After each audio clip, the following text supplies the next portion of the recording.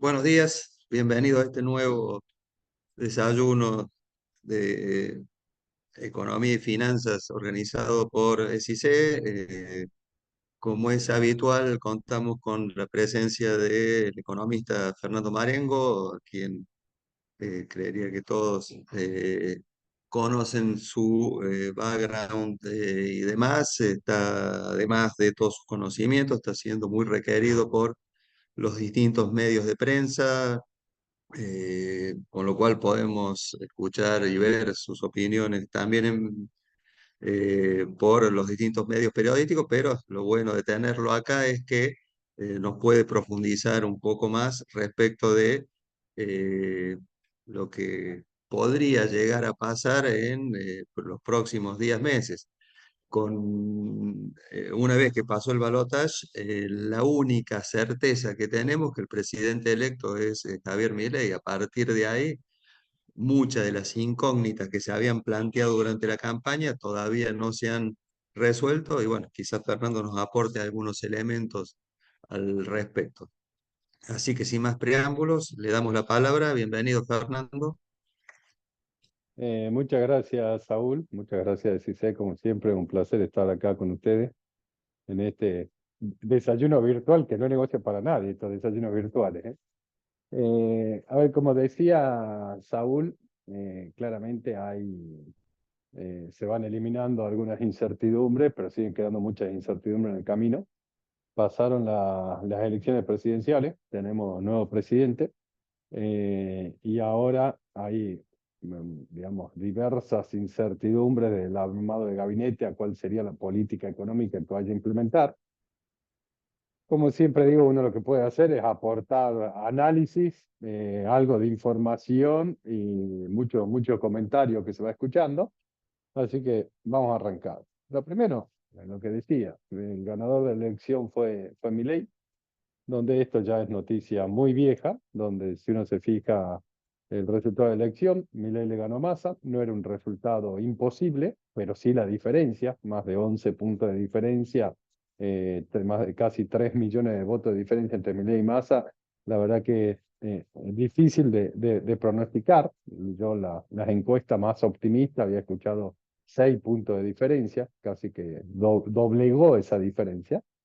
Y este es el mapa de Argentina, donde el mapa de Argentina era del domingo a la noche, hay algún cambio acá en Chaco, pero básicamente el mapa de Argentina que a mí no deja de llamarme la atención, 24 jurisdicciones, al domingo a la noche, en sola 3 había ganado Massa, las otras 21 ganó Milei, el violeta el color de Milei, donde se ve que había perdido en Formosa, había perdido en Santiago del Estero y Provincia de Buenos Aires, donde Provincia de Buenos Aires casi un empate técnico, y finalmente se sumó Chaco a las provincias que habría ganado Massa, y se ve la región más productiva del país, digamos, todo Mendoza, San Luis, Córdoba, Santa Fe, Entre Ríos, con un violeta fuerte, donde el violeta claramente el color de Milei, ese violeta más fuerte, lo que antes hacía una camiseta de Boca, que era arriba y abajo celeste y en el medio amarillo, que era donde ganaba también o el Pro. Bueno, ahora ese cinturón se tiñó de violeta. Cuando uno ve el resultado de la elección, para analizar, digamos, esto es casi la autopsia de lo que ocurrió, cuando comparamos la reelección digamos, el balotaje contra la elección general de octubre, ¿qué es lo que vemos? Lo que se ve es que, ¿qué es lo que se ve? Que votaron 240.000 personas menos que en la elección general. No, a ver, un nivel de presentismo similar a lo que se fue en la elección general.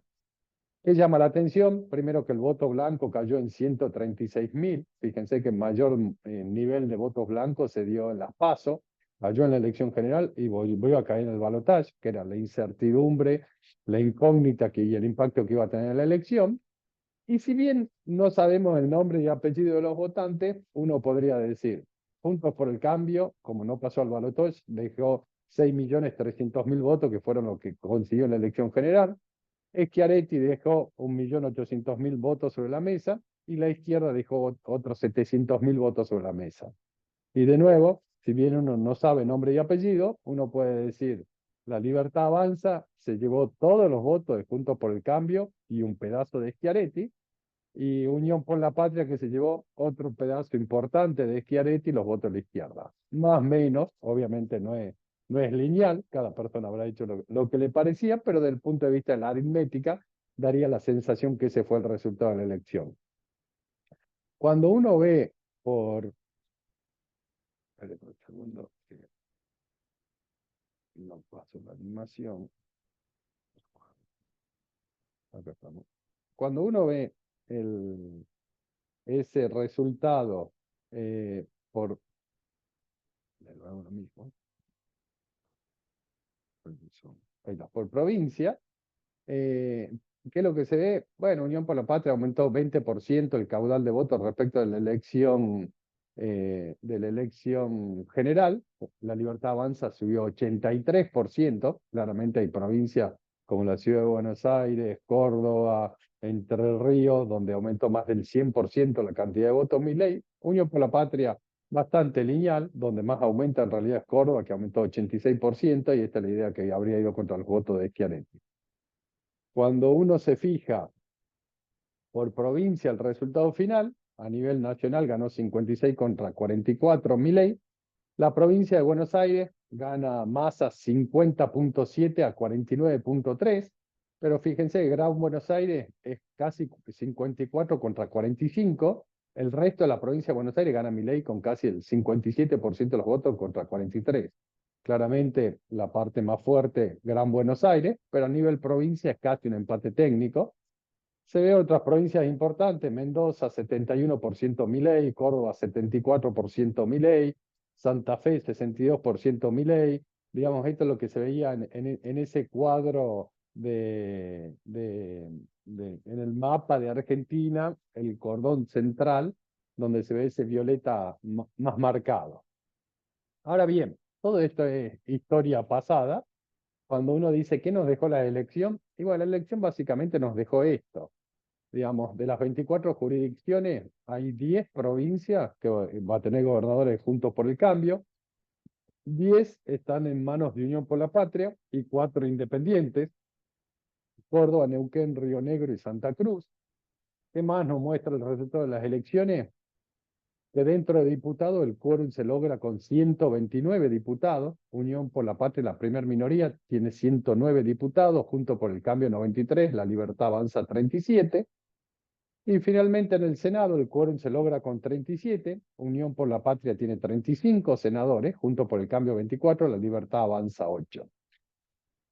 Si nos fijamos, Unión por la Patria ganó 9 diputados y ganó 3 senadores y quedó a 2 de tener quórum propio en el Senado.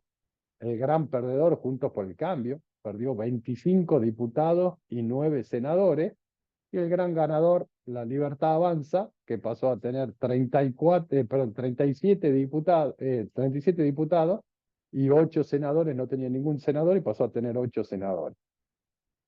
Ahora bien, ¿qué nos muestra esto? Uno diría, bueno, la Libertad Avanza fue el gran ganador, pero con 34 diputados y 129 de quórum lejos, y con 8 senadores sobre 37 necesarios para el quórum muy lejos.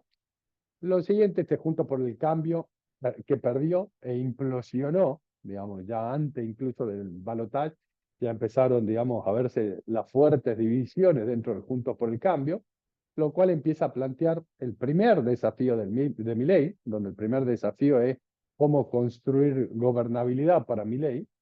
Y después nos queda Unión por la Patria, donde uno diría, bueno, tiene 109 diputados sobre 129 y está a 2 de senadores.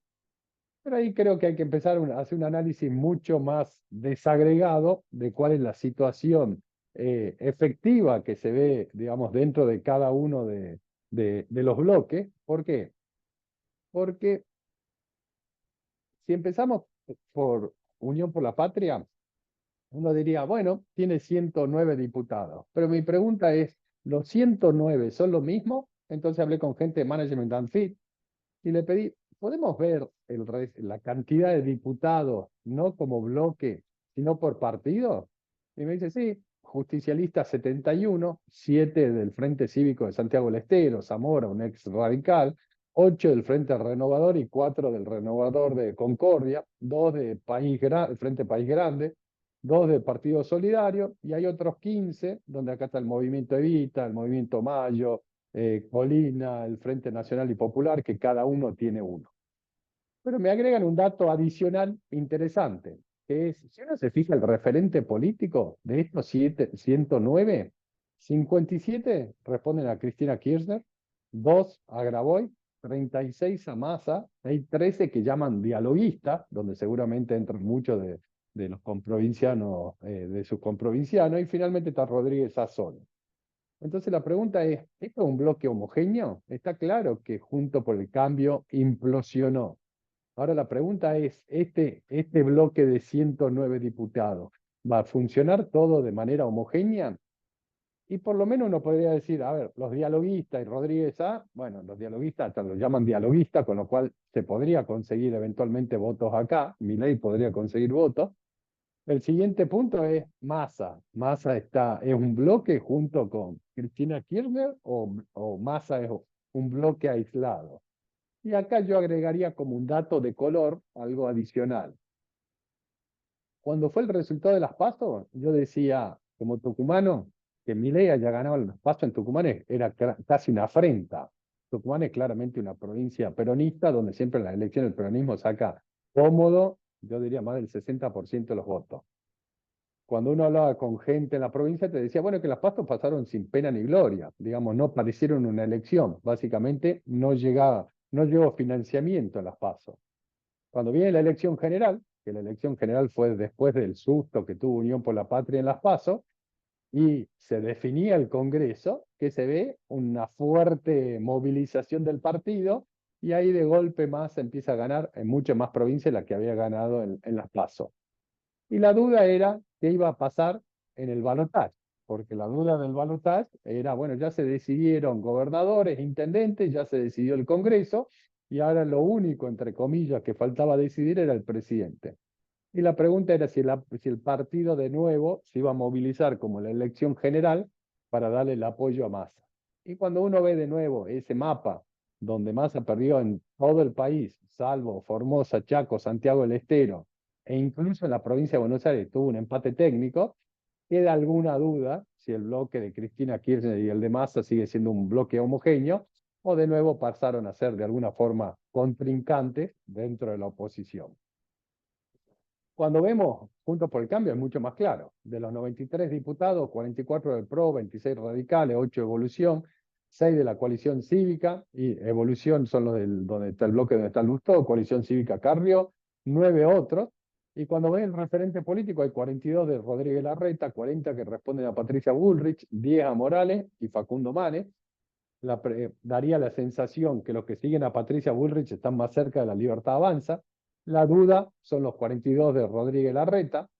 Otra duda es Morales, que si bien hizo fuerte campaña en contra de Milei, ahora que Milei es presidente y que las provincias, muchas provincias, especialmente la de menor ingreso, dependen de transferencia del gobierno nacional, si va a seguir siendo tan opositor como antes del balotaje, y Facundo Manes. De nuevo, creo que el concepto es, uno tiene la percepción de que uno tiene, o la certeza que Juntos por el Cambio implosionó, me da la sensación que Unión por la Patria también está enfrentando una crisis y creo que eso a la Libertad Avanza le da la posibilidad de conseguir votos para enfrentar las reformas que quiere implementar. Cuando uno se fija dentro del Senado, Unión por la Patria tiene 35 senadores, pero son 23 que responden a Cristina Kirchner y 12 a Sergio Massa. Entonces el 35, el estar a 2 senadores, bueno, estos 12 habrá que ver si votan en conjunto con los de Cristina Kirchner y de dónde salen los 2 adicionales para lograr el quórum propio. Y esto es lo que ocurre dentro del bloque de senadores de Juntos por el Cambio, donde el bloque de senadores Juntos por el Cambio hay 14 que responden a Bullrich, 7 a Rodríguez Larreta y 3 a Morales, donde de nuevo creo que el sistema político de alguna forma implosionó y eso le da la posibilidad a la Libertad Avanza de no enfrentarse con bloques homogéneos, sino con por lo menos subbloques y eventualmente alguien me decía, esto casi que va a haber que hacer un conteo por nombre y apellido donde cada uno buscará resolver sus necesidades votando o no votándole leyes al nuevo gobierno. Eso desde el punto de vista político. Ahora vienen los primeros anuncios. Gana Milei el domingo de la noche, rápido, demasiado rápido reconocimiento de la derrota por parte de Massa. ¿Y cuáles son los anuncios? El título de su discurso es Hoy comienza la reconstrucción de la Argentina. Y dice, comienza el fin de la decadencia, se termina el modelo del Estado omnipresente, donde el Estado es un botín a ser repartido. ¿Qué dice? Voy a implementar, habla del modelo este liberal libertario, pero básicamente dice la idea de la base de la Constitución de Argentina, que hicieron que en 35 años permitieron que Argentina pase de ser un país bárbaro, de bárbaro, a una potencia mundial. ¿Y cuáles dice que son las tres bases de ese programa? Primero, un gobierno limitado que cumple a rajatabla los compromisos que ha tomado. Segundo, el respeto a la propiedad privada. Y tercero, la defensa del libre comercio. Si uno se centra en los primeros dos puntos, que de golpe haya ganado un gobierno que habla de cumplir a rajatabla los compromisos y el respeto a la propiedad privada, creo que es un giro de 180 grados respecto a lo que venía pasando hasta el domingo a la tarde, y estaba la incertidumbre si ese modelo se iba a consolidar durante los siguientes 4 años. Básicamente esto de un gobierno limitado claramente no es lo que experimentamos los últimos 20 años, que cumpla los compromisos tampoco, y el respeto a la propiedad privada, por lo menos en duda. Entonces, que un gobierno empiece planteando esto, creo que es un cambio respecto a lo que veníamos viviendo. Lo segundo que plantea, dice, la situación es crítica, los cambios que se necesitan son drásticos, y después agrega, no hay lugar para gradualismo, tibieza ni medias tintas. Si no avanzamos rápido, palabra textual, rápido en los cambios estructurales, nos dirigimos derecho a la peor crisis de toda la historia argentina. Tenemos problemas monumentales por delante. La inflación, el estancamiento, la falta de empleo genuino, la inseguridad, la pobreza y la indigencia. Y finalmente, desde el punto de vista económico, plantea, no venimos a inventar nada, venimos a hacer las cosas que ya demostró la historia que funcionaron en Argentina en el siglo XIX, pero más recientemente en países como en Irlanda. Entonces, básicamente, dice un gobierno limitado que cumple a rajatabla los compromisos, el respeto de la propiedad privada y la defensa del libre comercio. No hay tiempo para gradualismo y no venimos a inventar nada, sino venimos a implementar un programa, un modelo que ya funcionó de manera exitosa en el mundo. Y después agrega a los argentinos y a los dirigentes políticos, no importan de dónde vengan, ni importa qué hayan hecho, y no importa las diferencias que tengamos, y si quieren sumar, bienvenidos. Hay gente que se va a resistir, dentro de la ley todo, fuera de la ley nada. Al gobierno pedirle que se haga cargo de la transición hasta el 10 de diciembre, que es cuando vence su mandato. Al extranjero le dice Argentina va a volver a ocupar el lugar que nunca debió haber abandonado.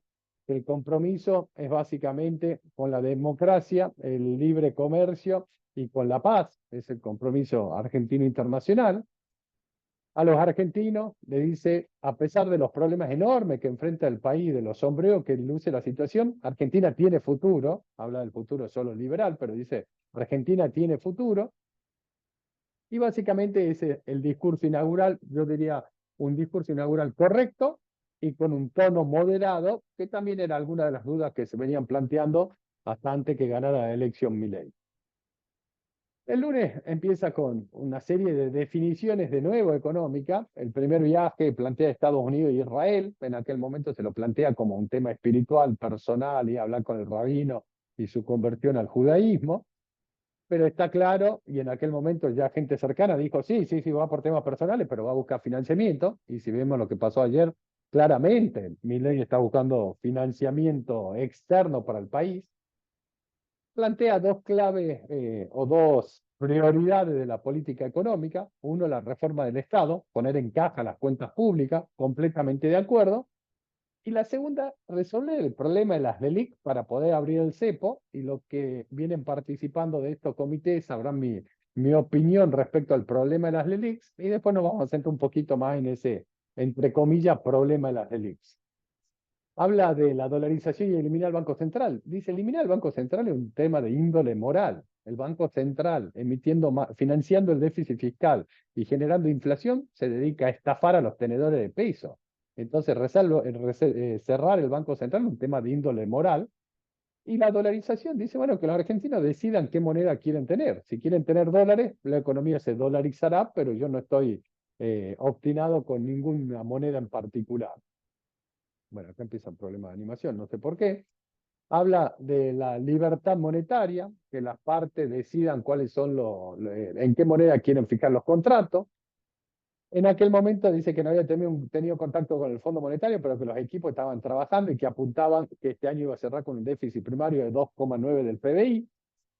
Ya sabemos que durante el viernes o durante el fin de semana tuvo contacto con Cristalina Georgieva, la directora ejecutiva del Fondo Monetario, que están hablando, y siempre el lenguaje protocolar del fondo es apoyamos al presidente electo, apoyamos la reforma, apoyamos. Pero creo que acá hay dos puntos clave, que es un gobierno que dice venimos a reducir o eliminar el déficit fiscal y por otro lado a atacar el problema de la inflación y levantar el cepo con la idea esta que primero hay que resolver el problema de las LELIQs. Otros puntos que plantean, tarifas, dice claramente hay que recomponer la ecuación económica financiera, pero el ajuste debe ser pagado por el Estado. Y esto es algo novedoso. Si uno dice la tarifa hoy, yo pago 100, por eso 100 tengo más o menos 50 que es pagar el servicio y otros 50 que son impuestos. Entonces lo que está planteando mi ley es, el consumidor puede seguir pagando 100, pero si yo le reduzco la carga impositiva a la cadena de producción, le puedo retribuir más por la electricidad, por el gas o por lo que fuere, y el costo lo paga el Estado porque a la medida que baje impuestos, digamos, le va a bajar la recaudación.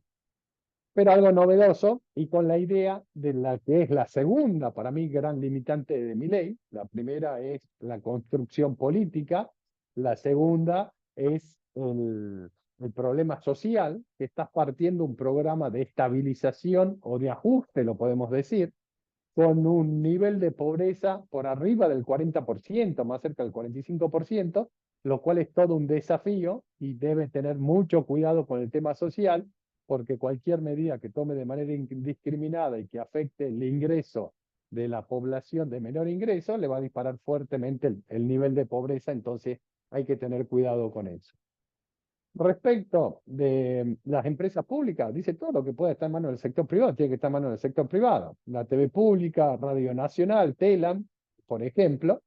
Y dentro de esto tengo entendido, digamos, que estas son reparticiones que están dentro del sector público nacional, con lo cual habría que sacarla dentro del sector público, pero no necesitas una ley para privatizarlo. Diferente el caso de YPF. En aquel momento, y esto empiezan algunos de los que hacen mucho ruido y los vaivenes, había dicho, tengo que hablar con Iguacel para ver si quiere ser presidente de YPF. Finalmente nombró otro presidente de YPF. La FIP dice, y es cierto, hoy existen 180 impuestos, tasas e impuestos provinciales que entre 10 explican el 80% de la recaudación. Entonces hay que simplificar el sistema impositivo. Claramente no es potestad solamente la nación, que hay que lograr un acuerdo con las provincias para ello. Entonces dice, tenemos que ir a un esquema que tenga 10 impuestos y de hecho estos 10 impuestos hoy explican el 80% de la recaudación. Como ejemplo, ley de alquileres dice derogarla, jubilados, hay que recomponer la generación de ingreso del país, si no cualquier promesa que se haga a los jubilados es incumplible.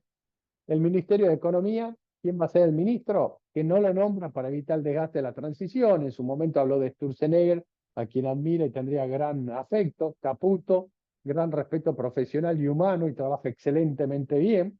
Y respecto de Luciano Laspina, le habían preguntado en aquel momento y dice, ¿es alguien con quien puedo hablar? De hecho, comparto el recinto.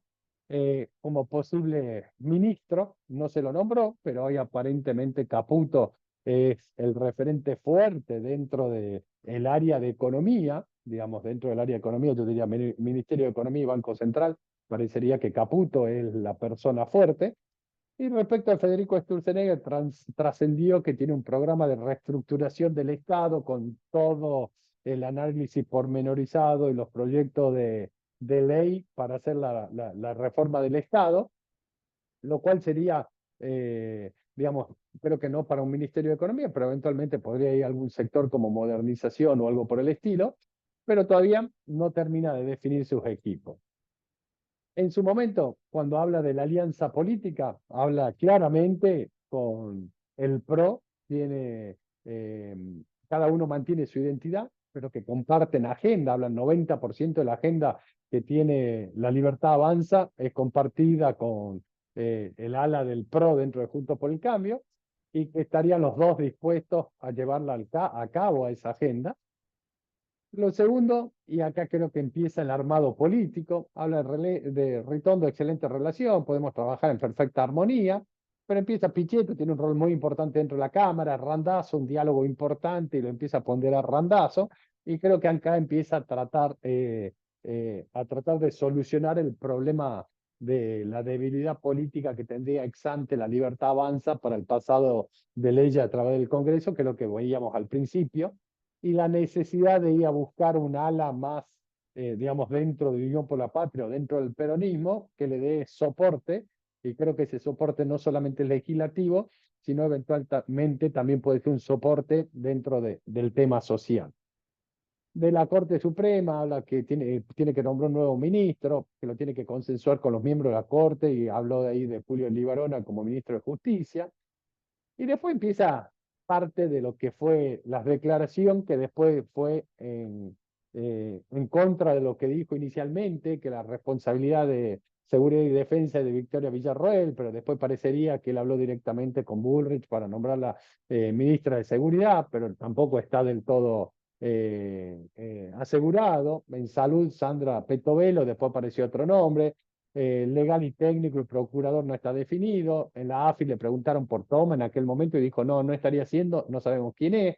En la ANSES, Carolina Píparo, donde uno puede empatizar con todas las desgracias que tuvo, pero personalmente tengo alguna duda sobre su conocimiento previsional. Estaba secundado por Juan Manuel Verón, que fue alguien que habría trabajado en la reforma previsional de México. Después se fue por Giordano, ministro de Finanzas, de Hacienda, perdón, de Córdoba, pero de nuevo, dentro de este armado, eh, eh, buscando el soporte político por fuera de La Libertad Avanza e incluso del PRO, Juntos por el Cambio, que claramente necesita. Cielos abiertos, absolutamente. En su momento dijo Dietrich, tengo entendido como que se le habrían ofrecido y no habría aceptado. Santiago Caputo, un rol fundamental, pero no con un cargo dentro del gabinete. Salud y educación, con toda esta idea de la privatización de la salud y la educación. Dice, son dependencia de las provincias y yo no puedo hacer nada. Entonces, básicamente, el armado político, un Milei que no tiene gobernadores, no tiene intendente, fue el gran ganador dentro de diputados y senadores, pero está lejos, con 37 diputados llega al quórum de 129 y con 8 senadores llega al quórum de 37, con lo cual está lejos. Le exige generar, eh, generar alianzas. Claramente la alianza más obvia sería con el PRO puro no llega. Entonces, ¿qué empieza a hacer? Todo el armado político dentro del justicialismo para tratar de empezar a tener ese apoyo.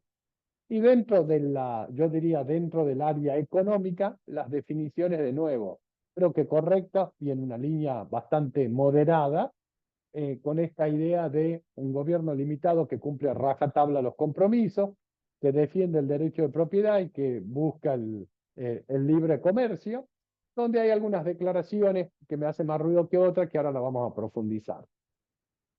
Cuando uno dice, ¿y ahora qué? Yo digo, como planteaba Saúl al principio, dado el nivel de incertidumbre que hay y que todavía no está claro quién es el ministro de Economía, cuál va a ser la política económica, más allá del ajuste fiscal, digamos, sigue habiendo muchas incertidumbres. Yo digo, siempre es bueno repasar las fortalezas y las debilidades que tiene Argentina, porque eso te va a condicionar qué puedas hacer a futuro. Dentro de la fortaleza, siempre digo, las fortalezas que tiene Argentina son por las causas equivocadas. Si uno dice el déficit externo, el déficit en cuenta corriente es chico, el déficit fiscal es chico, el país es acreedor del resto del mundo y la relación deuda-PBI es baja, y de esa deuda PBI baja en manos del sector privado es solo un tercio, o sea que es muy baja. ¿Por qué digo que son las causas erróneas? Porque el desequilibrio externo bajo es consecuencia de que el mundo no nos quiere prestar. No es que seamos prudentes, sino que como el mundo no nos presta, no podemos tener más desequilibrio contra el resto del mundo. El déficit fiscal es relativamente bajo, pero ¿por qué? porque estamos con lo que llamamos hace un año el deterioro progresivo, la aceleración de la tasa de inflación. Esa aceleración de la tasa de inflación me genera que aumente la recaudación en términos nominales y me hace licuar el gasto público aún el indexado. Como es indexado, yo necesito cada vez una tasa de inflación más alta. ¿Para qué? Para licuar ese gasto público. El país es acreedor neto del resto del mundo. Y de nuevo una buena noticia, que todos los dólares que tenemos en el colchón los argentinos son mucho más que la deuda que tiene fundamentalmente el gobierno, pero también el sector privado. Entonces, como país, le prestamos más al resto del mundo que la deuda que tenemos contra el resto del mundo. Ahora, de nuevo, por la causa errónea, digamos, ese acreedor neto del resto del mundo, porque Argentina no genera confianza, y los argentinos cada vez que pueden sacar capitales, sacan capitales de la economía, entonces eso generó que el país sea acreedor neto del resto del mundo. El nivel de deuda PBI, de nuevo, no es tan elevado porque el déficit lo vengo licuando vía inflación, que si bien coloco deuda, no tanta, por eso tengo una inflación tan alta, que la otra forma de financiar es con esa inflación. Dentro de la fortaleza, algo que venimos machacando hace tiempo, la consolidación climática del niño, algo absolutamente exógeno, que si hace que vayamos a una cosecha como el promedio, va a tener impacto en actividad económica, en las cuentas públicas y en las cuentas externas. Y el otro, el tema energético, donde de nuevo el tema energético, el gasoducto, la posibilidad de reducir la importación de gas licuado, de gasoil y de fuel oil, y de exportar petróleo, también tiene impacto tanto en las cuentas públicas como en las cuentas externas, y esto es exógeno al próximo gobierno, y que nosotros estamos trabajando con un superávit en cuenta corriente para el año que viene. Después vamos a ver algún número, pero estas son las fortalezas que tiene Argentina. Ahora, ¿cuáles son las debilidades? La debilidad del retraso del precio relativo. Lo primero, el gobierno, digamos, va a tener que ajustar precios relativos, y de hecho, desde que pasaron las elecciones, uno empieza a ver un fuerte proceso de ajuste de precios, no de todo, pero de algunos que eran fundamentalmente los que estaban más controlados por el gobierno con acuerdos de precio o de manera más heterogénea. En el momento que el actual gobierno dejó de tener poder de negociación, digamos, con la posibilidad de perpetuarse en el próximo gobierno, claramente el sector privado empezó a ajustar los precios que tenía retrasados rápidamente, y se ven fuertes incrementos de precios las últimas semanas. Lo otro, la sensación de que se necesita un fuerte ajuste cambiario, una debilidad, porque mucha gente piensa, bueno, el contado con liqui está cerca de 1000, el tipo de cambio se tiene que ir a 1000, y no es necesario que el tipo de cambio se vaya a 1000, pero claramente es un desafío. Si el mercado está priceando que el equilibrio está cerca de 1000, claramente es un desafío. Y el otro desafío es, de ese tipo de cambio, ¿cuánto pasó ya a precio? Porque si en algún momento quiero unificar, liberar o devaluar el tipo de cambio oficial, claramente parte de eso va a tener, va a tener impacto en inflación. Bueno, ¿cuánto ya está pasado de inflación? Otra de las debilidades es la indexación de la economía, tanto de la deuda pública como del gasto público. Más del 50% del gasto primario del gobierno nacional tiene un mecanismo de indexación, digamos, por la ley de movilidad previsional, donde si yo bajo la tasa de inflación me genera un problema. ¿Por qué? Porque yo voy a seguir ajustando ese gasto y esa deuda por inflación pasada, y si yo bajo fuerte la tasa de inflación me genera un problema en las cuentas públicas. Un banco central que no tiene dólares propios, de hecho el nivel de reserva es negativo en torno a los 10.000 millones de dólares. Una deuda con importadores que no para de crecer, donde de nuevo me pone restricciones, no puedo abrir el cepo de un día para el otro. ¿Por qué? Porque tengo un fuerte nivel de deuda con importadores y no tiene reserva el Banco Central. Empiezan los vencimientos con el Fondo Monetario. Si bien en noviembre debería haber un desembolso de unos 3.400 millones de dólares que estaban supeditados al cumplimiento del programa septiembre, que claramente Argentina incumplió, bueno, hay que ver si entran esos 3.400 millones. Quedan 3 desembolsos para el año que viene, pero en términos netos, el año que viene Argentina tiene que pagar 4.500 millones de dólares al fondo. Y finalmente, una baja demanda de activos en pesos, donde esa baja demanda de activos en pesos que hace te limita el plazo que tenés para implementar las medidas, o es lo que Milei dice, no hay tiempo para gradualismo ni para medias tintas. ¿Por qué? Porque si tengo un desequilibrio fiscal y no tengo cómo financiarlo más que emitir peso y generar inflación, bueno, como ese no sería el camino deseado, si no hay demanda de peso, y no quiero seguir emitiendo pesos porque eso me genera inflación, no tengo tiempo para reducir los desequilibrios, fundamentalmente el desequilibrio fiscal. Dicho esto, vuelvo a dos de los puntos que Milei plantea como cruciales desde el punto de vista económico. Primero, dice poner en caja las cuentas públicas. ¿Por qué hay que poner en caja las cuentas públicas? Este es el déficit en cuenta corriente, el resultado de la cuenta corriente de Argentina. ¿Qué es el resultado de la cuenta corriente? Es la diferencia entre los ingresos y los gastos que tiene el país respecto al resto del mundo. Estos son exportaciones e importaciones, pero también giro de utilidad y dividendos, pago de servicios, pagos de intereses, todo lo que sea flujo de ingresos y egresos se contabiliza en la cuenta corriente de la balanza de pago. Y lo que yo le dije hace un rato, Argentina no tiene un gran déficit en cuenta corriente, estamos hablando de un déficit más o menos en torno a 3 puntos del producto. El gobierno anterior llegó a tener un desequilibrio de 6 puntos del producto. ¿Por qué? Porque el mundo estaba dispuesto a financiarle este desequilibrio en cuenta corriente. Ahora, cualquier programa a futuro, ¿qué debería buscar? Que el déficit en cuenta corriente no crezca mucho. ¿Por qué?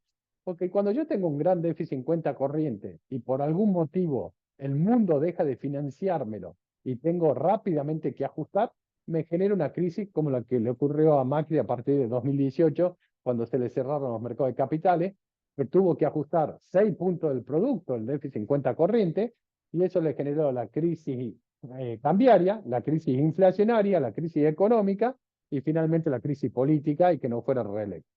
Entonces, primera cosa, no hay que, Argentina debería mantenerse con niveles de déficit en cuenta corriente chicos o cercanos al equilibrio.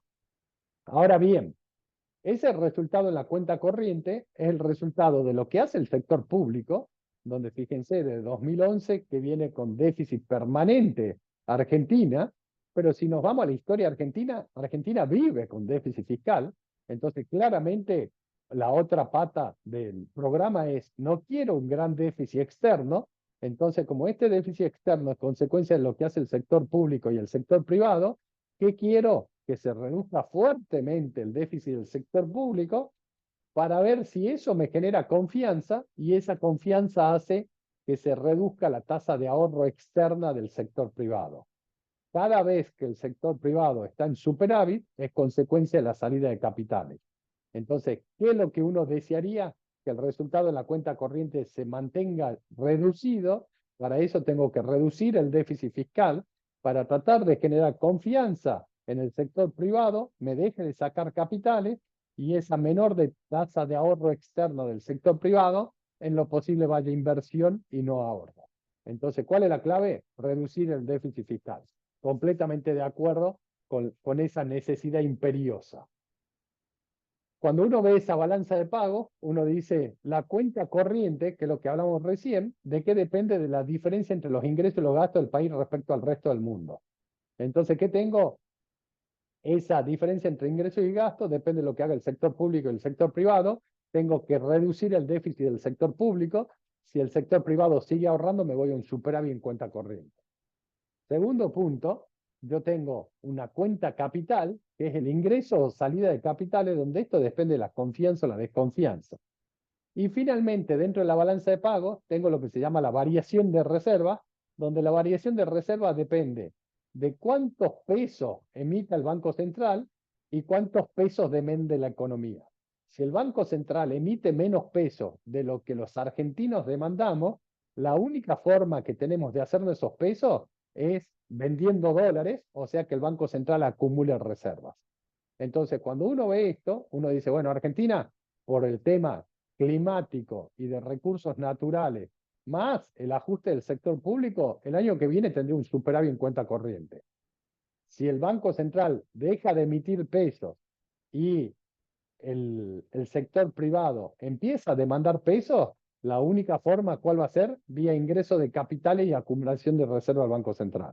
Entonces, ¿dónde se define el éxito del próximo gobierno? Si genera confianza o no, y en la medida que genere confianza o no, el segundo punto, ¿cuál es la política cambiaria? Si el Banco Central ese ingreso de dólares lo esteriliza acumulando reservas y emitiendo pesos, espero que sea el caso, y no como ocurrió ya en la historia reciente de Argentina, que el ingreso de capitales dejo que se me aprecie el tipo de cambio en vez de acumular reservas, y cuando salen los capitales no tengo reservas para intervenir en el mercado de capitales y genero una crisis cambiaria e inflacionaria. Dicho esto está bastante chico, pero esto es el resultado del sector público. Fíjense en esta línea acá, si nos fijamos primero 12 meses a octubre del año pasado contra 12 meses a octubre de este año, se duplicó el déficit primario. Este déficit primario se duplicó en términos de pesos nominales. ¿Sí? Entonces uno dice, bueno, ojo que duplicamos el déficit fiscal y es cierto. Pero ahora bien, cuando eso lo ponemos en términos reales, ajustado por inflación, vemos que hubo un pico de déficit fiscal en la elección de medio término 2021, siguió hasta mediados de 2022, a partir de ahí empezó un fuerte ajuste y yo diría que se estabilizó el déficit fiscal del gobierno nacional. De nuevo, se estabilizó en términos reales. ¿Por qué? Porque la inflación hace su trabajo. Cuando vemos en términos de peso, en realidad el déficit se duplicó. Pero la inflación, ¿qué hace? La inflación hace, me licúa el gasto primario. Fíjense la fuerte deterioro del gasto primario ajustado por inflación. Y acá tengo el impacto de la sequía, donde la sequía me hizo que me baje la recaudación en términos reales. Entonces, ¿a qué apunta esto? A ver cuán difícil puede ser el ajuste de las cuentas públicas el año que viene. Cuando vemos cuál es, entre comillas, la magia de la aceleración de la inflación, estos son los ajustes dispuestos por la Ley de Movilidad Previsional en las jubilaciones. Y fíjense cómo desde diciembre del 2020 los ajustes dispuestos van creciendo. Cada vez la jubilación se tiene que ajustar por un nivel más alto. Ahora, esto es lo que pasó con la inflación. Bueno, fíjense cómo yo vengo acelerando la inflación y que la barra de inflación termina siempre siendo más alta que el ajuste de la ley de movilidad. Bueno, esto es cómo logro licuar el gasto público gracias a la aceleración de la inflación. Ahora, si yo, como ejemplo, no va, en un trimestre logro bajar la inflación a cero, supongamos, bueno, la barra celeste, que es el ajuste de las jubilaciones, no me cae inmediatamente a cero, con lo cual me hace crecer fuertemente el gasto público. Entonces, ese es el problema de la movilidad. Cuando yo acelero, necesito una tasa de inflación que se vaya acelerando para licuar el gasto público. Ahora, en el momento que yo bajo la tasa de inflación, bueno, todo el gasto es indexado, me va a pasar por el parabrisas porque lo voy a tener que ajustar por la inflación pasada y me va a hacer que me suba fuertemente el gasto público y la deuda pública. Para ver ese ajuste, como fue el ajuste de masa, bueno, hoy la jubilación mínima está en 105.000 pesos. Si uno va haciendo a precios actuales, ¿cuál era la jubilación a fines del 2020? Esa jubilación era 160.000 pesos. O sea, básicamente, ¿qué hizo la inflación? Me bajó una jubilación a precios de hoy equivalente a 160.000 pesos a fin del 2020, me la bajó a 105.000 pesos. Es el ajuste del gasto público y el ajuste que sufrieron las jubilaciones con el actual gobierno. Cuando uno dice, ¿dónde se puede ajustar el gasto público? Yo separaría este cuadro en dos partes. Primero, fíjense que Milei está hablando que el año terminaría con un déficit primario de 2,9, a octubre el déficit de 2,4. Posiblemente terminemos cerca de los 3 puntos, pero vienen 2,4. Ahora, fíjense que hay casi un punto de pérdida de recaudación. Y esto está explicado fundamentalmente por la sequía, por las menores exportaciones, y esas menores exportaciones generaron menos retenciones de exportación. Entonces, este es una parte de lo que sería el ajuste, entre comillas, exógeno del año que viene. Ahora, ¿dónde más se puede ajustar? Dado que jubilación y gasto social uno no querría tocarlo, esto está expresado en términos del PBI, ¿qué tenemos? Subsidios económicos, 2 puntos del producto. tenemos gasto de capital 1,7, transferencia a provincia 0,7 y el déficit de las empresas públicas 0,7. ¿Por qué muestro estas cuatro cuentas? Primero, porque subsidios económicos hay una parte del ajuste de nuevo que es exógeno. En la medida que yo reemplace el consumo de gas doméstico importando gas licuado a más de $20 el millón de BTU por gas de vaca muerta a $2,50, esta cuenta de subsidio económico de nuevo me cae exógenamente. Tengo gasto de capital que llegó a 1,7 del PBI, pero fíjense que venía de niveles de 1,3 más o menos. ¿Por qué? Porque este fue el incremento, el costo del gasoducto Néstor Kirchner. Y en la medida que el gasoducto se terminó o que el gasto va a ser más chico, esto debería ir a la baja también. Y Milei habló de transferencias a provincia. Creo que va a ser difícil bajar el nivel de transferencia a provincia porque de alguna forma esto va a ser el, el mecanismo de negociar el apoyo dentro del Congreso, pero después tener el déficit operativo de las empresas públicas, donde más allá de privatizarlas o no, las tenés que poner en casa. Entonces, si uno dice lo exógeno, mejora de recaudación, reducción de los subsidios económicos porque importo mucho menos GNL y empiezo a consumir gas de vaca muerta a casi 1/10 del precio del gas licuado, ya tengo ahí parte del ajuste, y lo otro tendrá que decir, y lo otro, la casi finalización del gasoducto Néstor Kirchner, esas tres cosas son exógenas. Después habrá que tomar decisiones de política económica de cuánto se logra reducir el déficit de las empresas públicas y cuánto se reducen las transferencias discrecionales a provincias, pero de nuevo, reducir el déficit fiscal el año que viene claramente tiene costo, va a generar ruido, pero no parecería un gran desafío.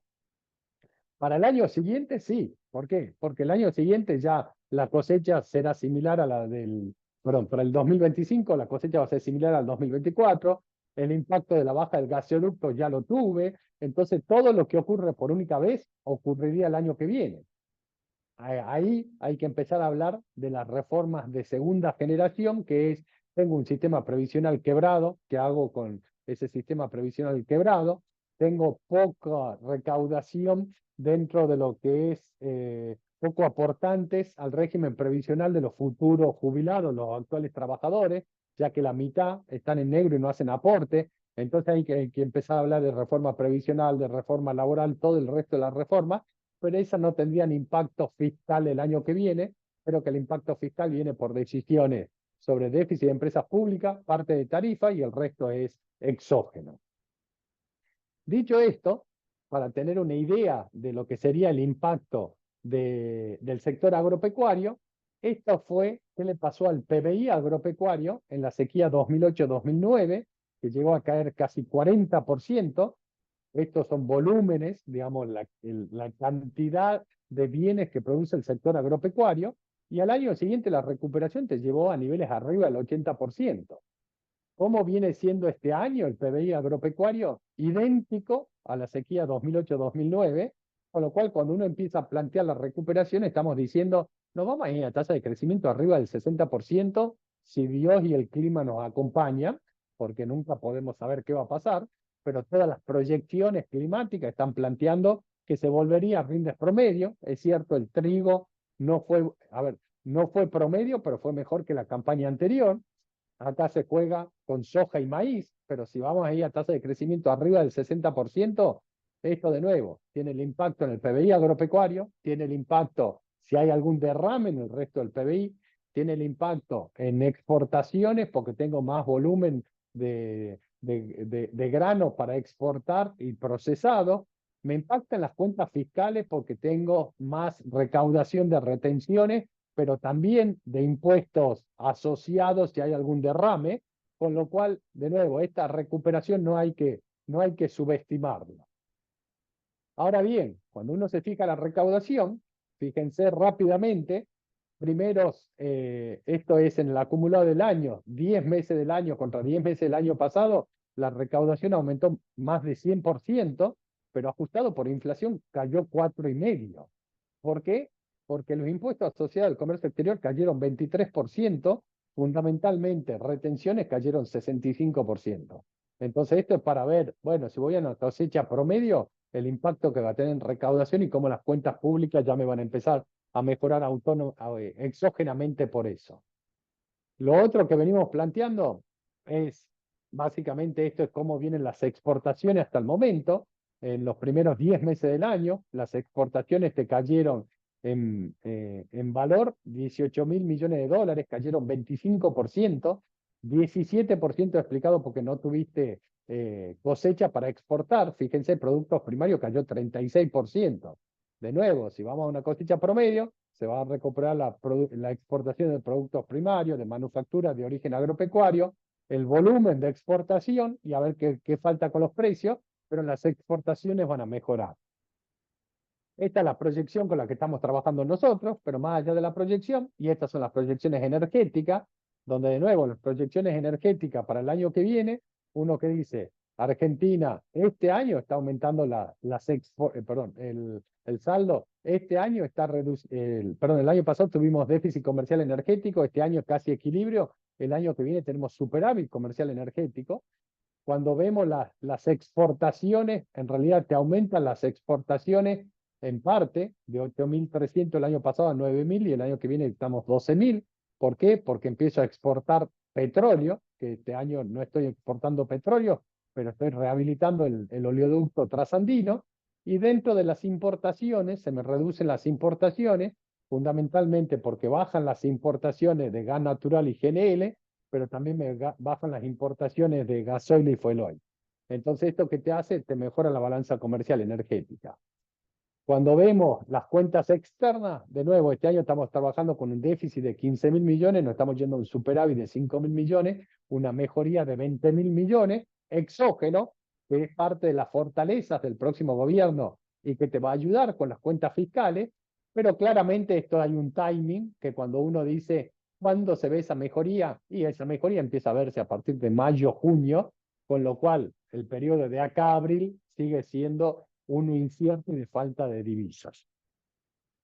El otro punto que plantea mi ley, resolver el problema de las LELIQs para poder abrir el cepo. Y acá los que participan mensualmente de este comité de inversión, creo que conocen mi opinión. Este es el tipo de cambio oficial, este es el contado con liquidación, donde ese contado con liquidación tocó un máximo, después se planchó y ahora tuvo de nuevo algún repunte en el margen. Y cuando te fijas la brecha que había llegado a superar el 200% aflojó y ahora de nuevo está subiendo la brecha. Está claro que con estos niveles de brecha es imposible que la Argentina crezca, que haya inversión, que salgamos del estancamiento de más de una década, con lo cual, sí, estoy de acuerdo, es crucial, digamos, yo diría, eliminar el cepo y el objetivo es ir a un mercado de cambio libre y único. Ahora, esa aspiración la tenemos que empezar a contrastar, yo diría, con las debilidades que hablamos hace un rato, de un banco central que no tiene dólares, que tiene vencimientos por delante, que tiene deuda con importadores y todo lo que hablamos hace un rato. Entonces, bueno, definitivamente el cepo hay que eliminarlo, el objetivo es eliminarlo. ¿Por qué digo que las LELIQ no son un problema? Esto es el stock del ELIX, y si uno se ajustado por inflación, si uno se fija, en realidad está estable e incluso los últimos datos están cayendo las ELIX. Si yo sumo lo que eran las LEVAX de Macri en su momento, tuvieron un máximo cuando empieza la crisis de Macri 2018, cayeron un mínimo, se estabilizaron, tuvieron a partir de 2021-2022 y a partir de ahí está estable con tendencia a la baja. Esta es la posición de base y esta es la base monetaria, con lo cual, perdón, si uno ve los pasivos monetarios del Banco Central ajustados por inflación, están cayendo. Entonces yo lo primero que digo es, las LELIQ no son un problema. Fíjate cómo la inflación los viene licuando y si te fijas los pasivos remunerados del Banco Central vienen cayendo contra la inflación. Entonces lo primero que yo digo es, no entiendo cuál es el problema de las LELIQ. No solo eso, sino que cuando uno empieza a hablar del problema de las LELIQ, yo digo, en realidad cuando empezás a hablar, corres el riesgo de que efectivamente ocurra el problema, la profecía autocumplida. Este es el stock del LELIQ más base que tiene el Banco Central.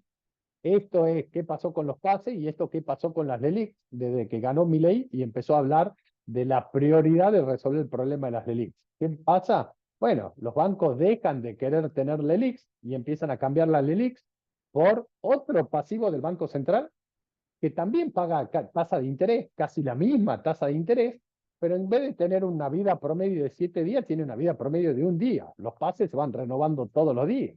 Entonces, de golpe, cuando empiezo a hablar del problema, bueno, parece que el problema empieza a surgir el problema. Fíjense que la cantidad de pasivos se mantiene, pero empieza a cambiar la composición. Los bancos se quieren sacar de encima las delix y se van a pase suponiendo que los pases no van a correr la misma suerte que las delix, lo cual es algo bastante ingenuo. ¿Cuál es el problema? Bueno, el problema serían estos pasivos remunerados por parte del Banco Central. Un tema adicional, yo digo, las LELIQs es la única deuda que tiene el Estado nacional, gobierno y Banco Central, que podés licuar por inflación. Porque si bien la LELIQ en ex ante me paga una tasa real positiva, como la inflación se viene acelerando ex post, la tasa real negativa, por eso el stock cae. Y no solamente eso, sino que yo digo, las LELIQ son la contraparte de los depósitos, donde esa monetización en términos reales me viene cayendo. Es cierto que la monetización en términos reales viene cayendo, pero la monetización está compuesta de depósitos que tienen el sector privado en pesos, y acá se ve que el nivel de depósitos es más alto que el promedio de 2019, entonces uno podría decir, ojo, que hay un nivel de depósitos que podrían ser depósitos no deseados, lo que venís licuando fuerte, que es los billetes y moneda en poder de público, y antes parte de la monetización con el gobierno anterior estaba en LEVAX que no tenían los bancos. Entonces, es cierto, la monetización es muy baja, la cantidad de billetes, el poder de compra de los billetes y moneda lo venís licuando con la inflación, pero si ven los depósitos, uno podría decir, ojo, que acá hay unos 3 puntos del producto de depósitos no deseados, que uno diría, o son pesos de importadores o son pesos para giro de utilidades y dividendos, que como el Banco Central no me está autorizando, lo tengo depositado en un banco.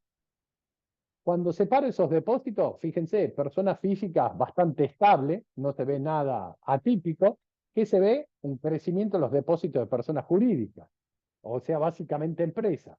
Y si a esto lo separamos por quién es el tenedor del depósito, hay 3 puntos, hasta, digamos, actualmente hay 3 puntos del PBI más que en el promedio de 2019, no son de personas físicas, sino son de personas jurídicas, y dentro de personas jurídicas, ¿quién es el titular del fondo, del depósito? Los fondos comunes de inversión. ¿Qué estaría pasando? Algunas empresas que tienen pesos excedentes, lo hacen money market, lo depositan en un fondo común de inversión, el fondo común de inversión se da vuelta y hace un plazo fijo en el banco, entonces acá habría 2,1 y después otro resto de 0,7 y de PYME 0,5. Uno podría decir, bueno, eventualmente me pueden correr estos 3 puntos del PBI, con lo cual, si quiero levantar el cepo, dada esta situación, bueno, digamos, esa monetización podría tener oculto 3 puntos del PBI de demanda de pesos no deseados. Ahora, ¿cuáles son las restricciones que tiene el Banco Central? Primero, para levantar el cepo no hay dólares. Entonces, ¿querés levantar el cepo? Primero tenés que pensar de dónde vas a sacar dólares. Hoy el Banco Central tiene 22.500 millones de dólares de reservas brutas, pero las reservas netas, o sea, las propias del Banco Central, son negativas en 10.000 millones de dólares. Perdón, el dato el 21 de noviembre, este es el último dato. Las reservas son 21.6 y las netas son negativas en 10.700 millones de dólares. Y yo hace tiempo le vengo diciendo a ustedes, pero no son tan importantes las reservas como la liquidez. Si nos fijamos en la liquidez, en realidad sin el swap de yuanes, el Banco Central tiene dólares contantes y sonantes por 4.300 millones de dólares. Si le muy poco. Si le sumamos los yuanes, tiene 10.600 millones de dólares sumando yuanes. Entonces yo diría, una situación del Banco Central muy delicada, y pensar liberar el cepo con LELIX o sin LELIX, sin reserva del Banco Central, es un salto al vacío que te puede llevar a un serio problema cambiario e inflacionario. Entonces, ¿qué hay acá? en base a las conversaciones de los últimos 10 días, conversaciones, consulta, hablar con distinta gente, un posible ejercicio de eliminación de las LELIQs. Aparentemente al presidente electo no le preocupan las LELIQs per se, sino lo que le preocupa es que el balance del Banco Central es muy grande. Entonces, en línea con esta idea de ponerle una bomba al Banco Central, como no lo va a poder hacer el 11 de diciembre, si no le puedo poner una bomba, por lo menos achicarlo al balance del Banco Central. Entonces, ¿cuál sería un ejercicio posible en línea con esa reducción del balance del Banco Central? Primero, la economía no tiene dólares. Entonces, ¿qué tenés que hacer? Conseguir dólares.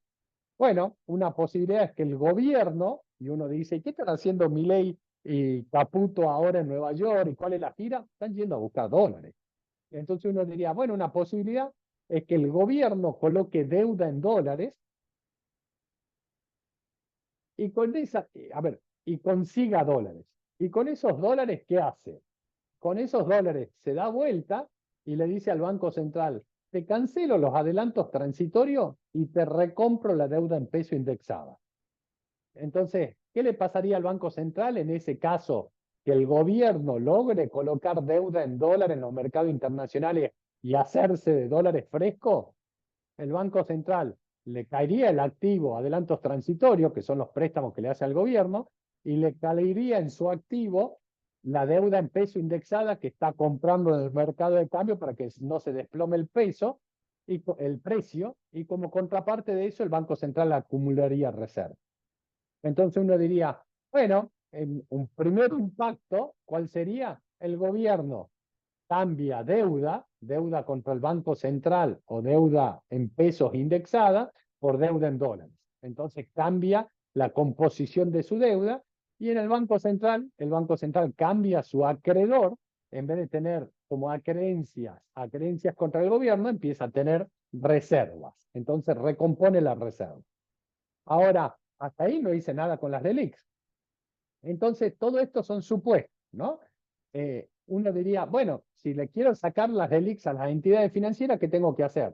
Le saco las relics y los pases, y como contraparte, tengo que emitir peso.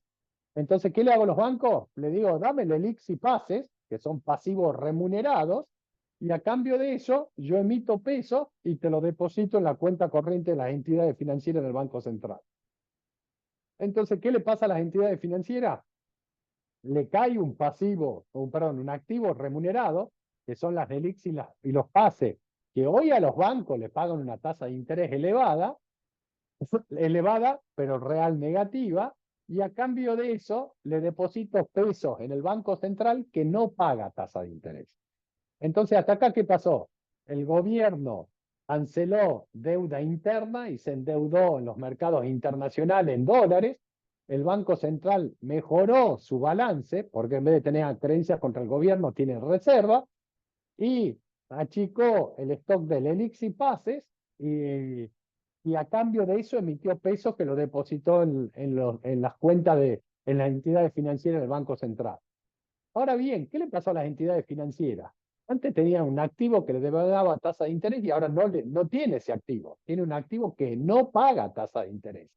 Entonces esto le empieza a impactar en el estado de resultado del banco. Entonces, ¿qué deberían hacer los bancos una vez que se liberen las tasas de interés? Bajar la tasa de interés. Entonces, ¿qué riesgo existe si bajo la tasa de interés? Existe el riesgo que el depositante diga, no, a esta tasa de interés yo no quiero estar en un banco. Entonces, si ocurre eso, todos son supuestos, en ese momento, ¿qué tiene que hacer la entidad financiera? Sacar los pesos que tiene encajado en el Banco Central para cancelar los depósitos. Entonces, al Banco Central le cae este pasivo y en el momento que el depositante que sacó los pesos porque no quiere quedarse en un banco a esta tasa de interés y no los quiere dolarizar, ¿qué pasa? El Banco Central tiene reservas para pagar esos depósitos. Entonces, este ejercicio teórico de supuesta reducción del balance del Banco Central, al final del día, ¿cómo quedó? El gobierno cambió deuda interna por deuda externa, el Banco Central en un primer momento mejoró su balance, porque en vez de tener creencias contra el gobierno, logró tener reservas, y las entidades, perdón, al mismo tiempo que rescató las LELIQs y los pases, y le puso pesos a las entidades financieras que no pagan tasa de interés. Entonces eso podría provocar que baje la tasa pasiva, y cuando baje la tasa que me paguen por los depósitos, el depositante, especialmente esos 3 puntos excedentes, diga yo no me quiero quedar en pesos, entonces ¿qué hago? Voy a buscar los dólares y el Banco Central tiene esos dólares. Ocurrida toda esa dinámica, que tiene muchos supuestos, que el gobierno coloca deuda, que consigue los dólares, que con los dólares suponemos que va al Banco Central y le canjea adelantos y deuda por reserva, suponemos que va a las entidades financieras por esta idea de que necesita cancelar las LELIQs o reducir el stock de LELIQ para liberar el cepo, que lo fuerza a los bancos y le pone pesos a tasa cero, que los bancos bajan la tasa, que los depositantes no se quieren quedar con esa tasa y van al Banco Central y buscan las reservas. Terminado este ejercicio teórico, el gobierno cambió deuda doméstica por deuda externa, el Banco Central achicó enormemente su balance, porque canceló el LELIQ y pase en el pasivo y se sacó de encima los adelantos y la deuda en peso del gobierno, se achicó el balance del Banco Central, si lo que le preocupa es el tamaño, ahí lo achicó, y lo siguiente, se achica el balance de las entidades financieras, donde claramente le estás achicando el balance el negocio a los bancos, con lo cual habrá que ver también cómo impacta eso en el sistema financiero y cuánto apoyan las entidades financieras esa reducción del balance. Ahora, todo esto es un ejercicio partiendo de la premisa, tengo que eliminar las LELIQs para poder liberar el cepo. Ahora, ¿cuál es el supuesto básico para eliminar el cepo eliminando las LELIQs? Tengo que conseguir dólares. Entonces acá la base es, consigo dólares y cuántos dólares consigo para poder eliminar ese cepo. Pero acá hay un ejercicio teórico de cómo se podría dar esa solución, entre comillas, al problema de las LELIQs, que para mí no son un problema. Ahora, todo esto nos lleva al problema central, que es la política monetaria y cambiaria. ¿Por qué el problema central? Porque básicamente el gobierno decide la política fiscal y la monetaria y cambiaria. Y la fiscal, ya hablamos hace un rato, y Milei dice, tengo que eliminar el déficit fiscal, y todo lo que apunta, vale, eliminación del déficit fiscal. Vimos las cifras para el año 2024, tenés temas exógenos que te van a ayudar. Ahora tenés que tomar algunas otras decisiones, para eso vas a necesitar el apoyo político, y lo que no está claro es cuál es la política monetaria y cambiaria. Lo único que sabemos como declaración es que quiere eliminar el problema de las LELIQ para eliminar el cepo. Lo primero que hay que tener muy en claro es que un banquero central que tiene 3 herramientas, donde básicamente son la base monetaria, el tipo de cambio y la tasa de interés. ¿Y cómo funciona la política monetaria? El Banco Central fija una, o la base monetaria, o el tipo de cambio, la tasa de interés, y las otras dos las determina el mercado. Entonces, esos son lo que se llaman sistemas puros.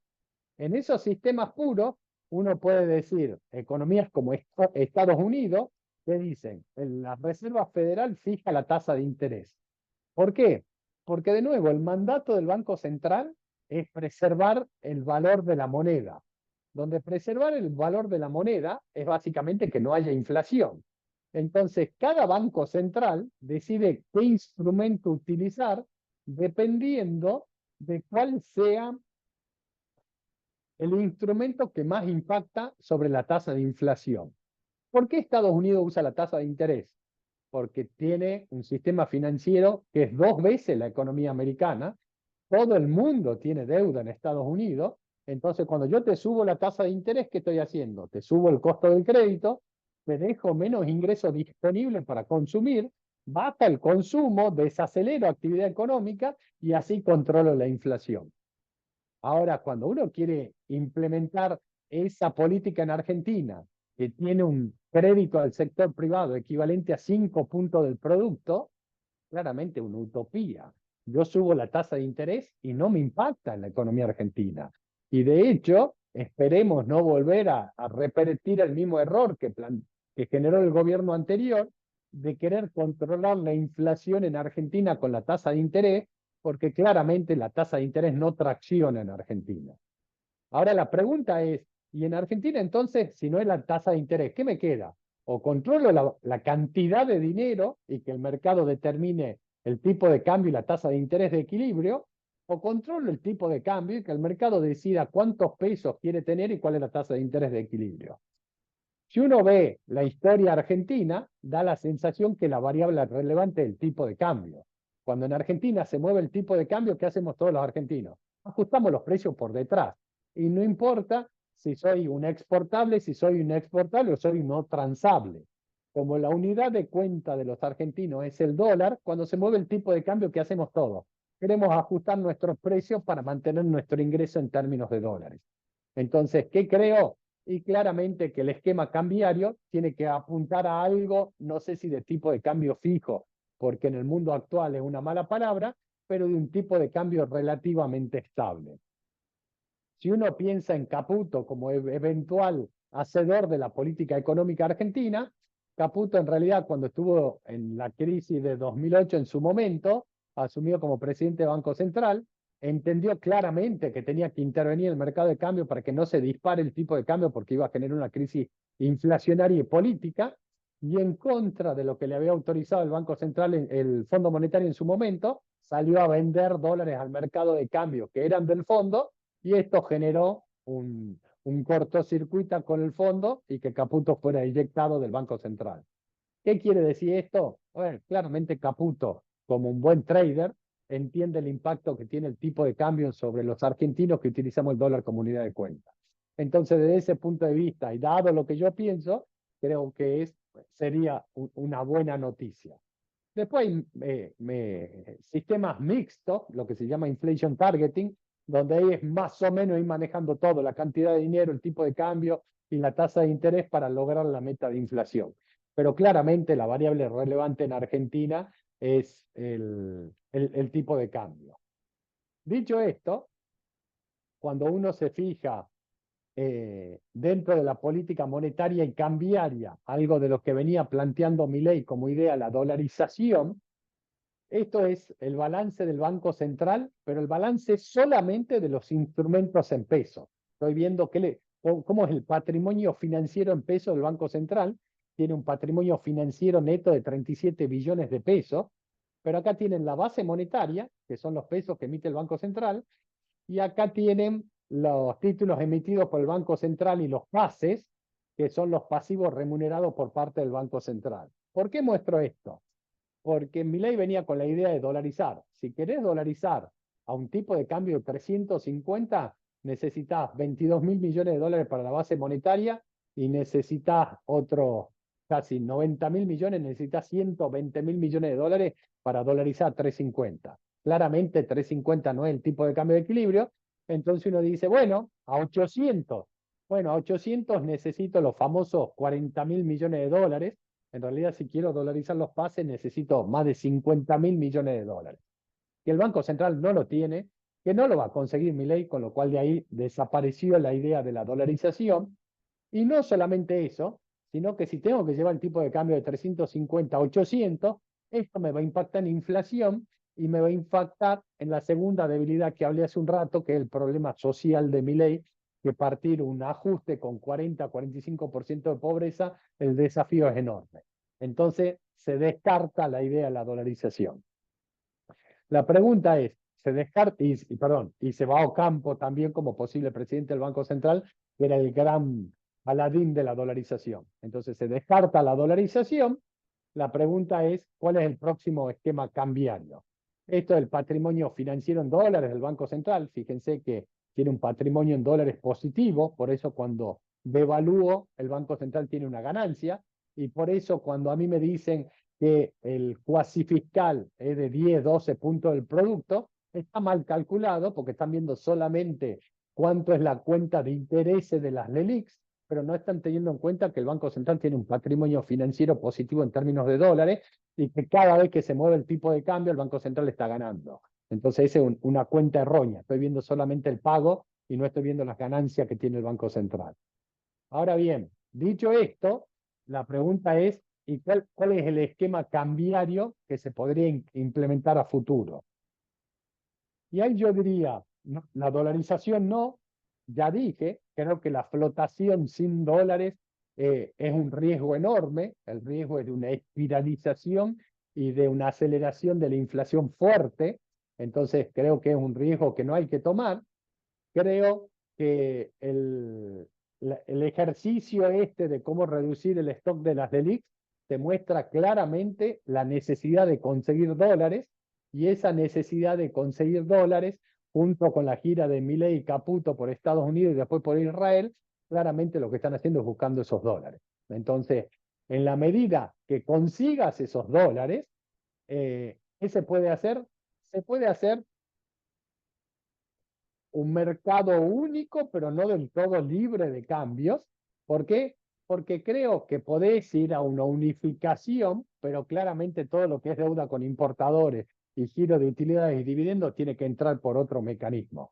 Entonces, si entra por otro mecanismo, tengo que decir, bueno, pero de hecho va a haber un desdoblamiento. Sí, sí puede haber un desdoblamiento, pero pensando más en el stock que en el flujo. Creo que si uno lo lee a Milei, básicamente Milei creo que es muy difícil que plantee un desdoblamiento como idea primaria de su gobierno. Creo que va a buscar esa unificación y eventual liberación, pero para eso necesita antes conseguir dólares de la comunidad internacional, porque con un banco central sin dólares, el riesgo es enorme de buscar liberar el tipo de cambio. Ahora bien, y para ir terminando y quedando abierto a preguntas, cuando a mí me dicen el problema son las LELIQs, yo digo, si queremos buscar problemas, Argentina está llena de problemas. Esto es lo que pasó con los precios regulados.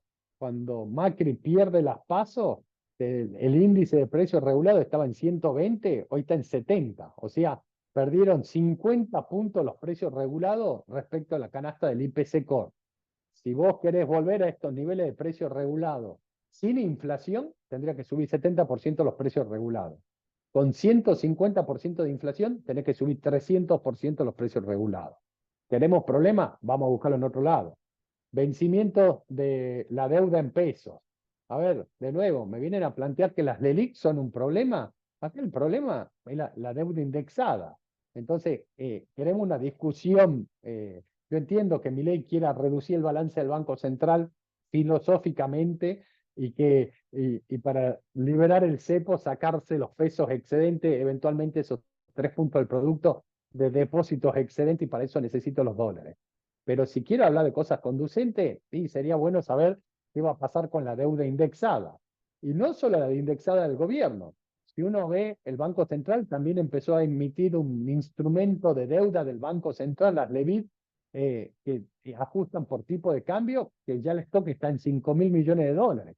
Entonces, si vamos a hablar del balance del Banco Central, también sería interesante saber qué piensan hacer con esa deuda indexada, siempre bajo la premisa que el domingo a la noche, ¿qué dijo Milei? Dijo, vamos, una de las 3 bases del modelo de Alberdi es un Estado limitado que cumple a rajatabla los compromisos. Otro de los problemas, bueno, estas son las importaciones argentinas y estos puntitos son los pagos de importaciones. Si se fijan sobre el eje de la izquierda, la diferencia es cómo va subiendo la deuda con importadores. Y si nos fijamos desde principio de año hasta el mes de octubre, que es el último dato relevado, ya viene acumulando 30.000 millones de dólares.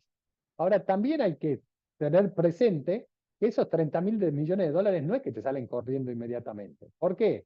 Porque en el caso, supongamos que se unifique el mercado de cambio y que el importador tenga que salir a comprar esos dólares al tipo de cambio de, no sé, 600, 700, el tipo de cambio que ustedes quieran poner, donde se vaya a unificar ese mercado de cambio, está claro que el incentivo a comprar esos dólares desapareció.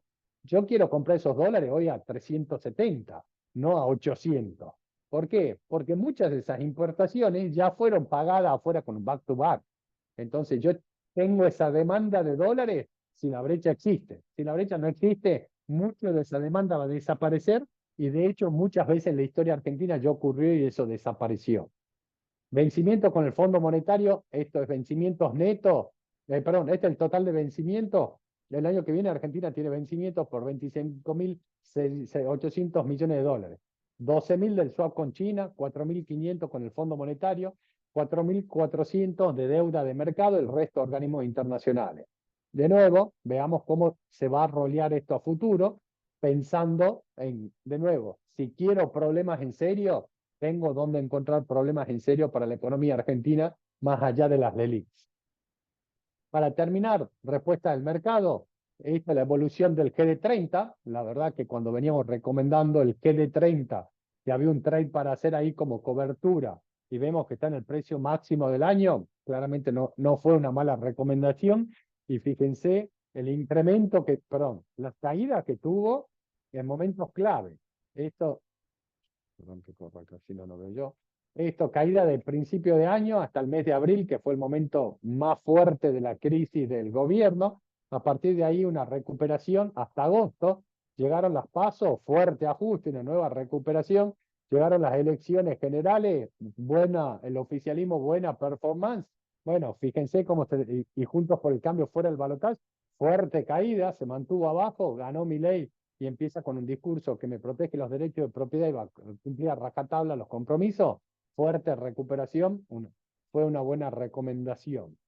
De hecho, si vemos hoy el GD30 que había llegado a rendir casi 45% y rinde 39% a un precio de 36,62, estos dólares por lámina de 100, y empezamos a ver que un ejercicio de reestructuración que pierde, aparentemente empieza a perder entidad, bueno, claramente ganar respecto a los precios actuales es mucho más limitado.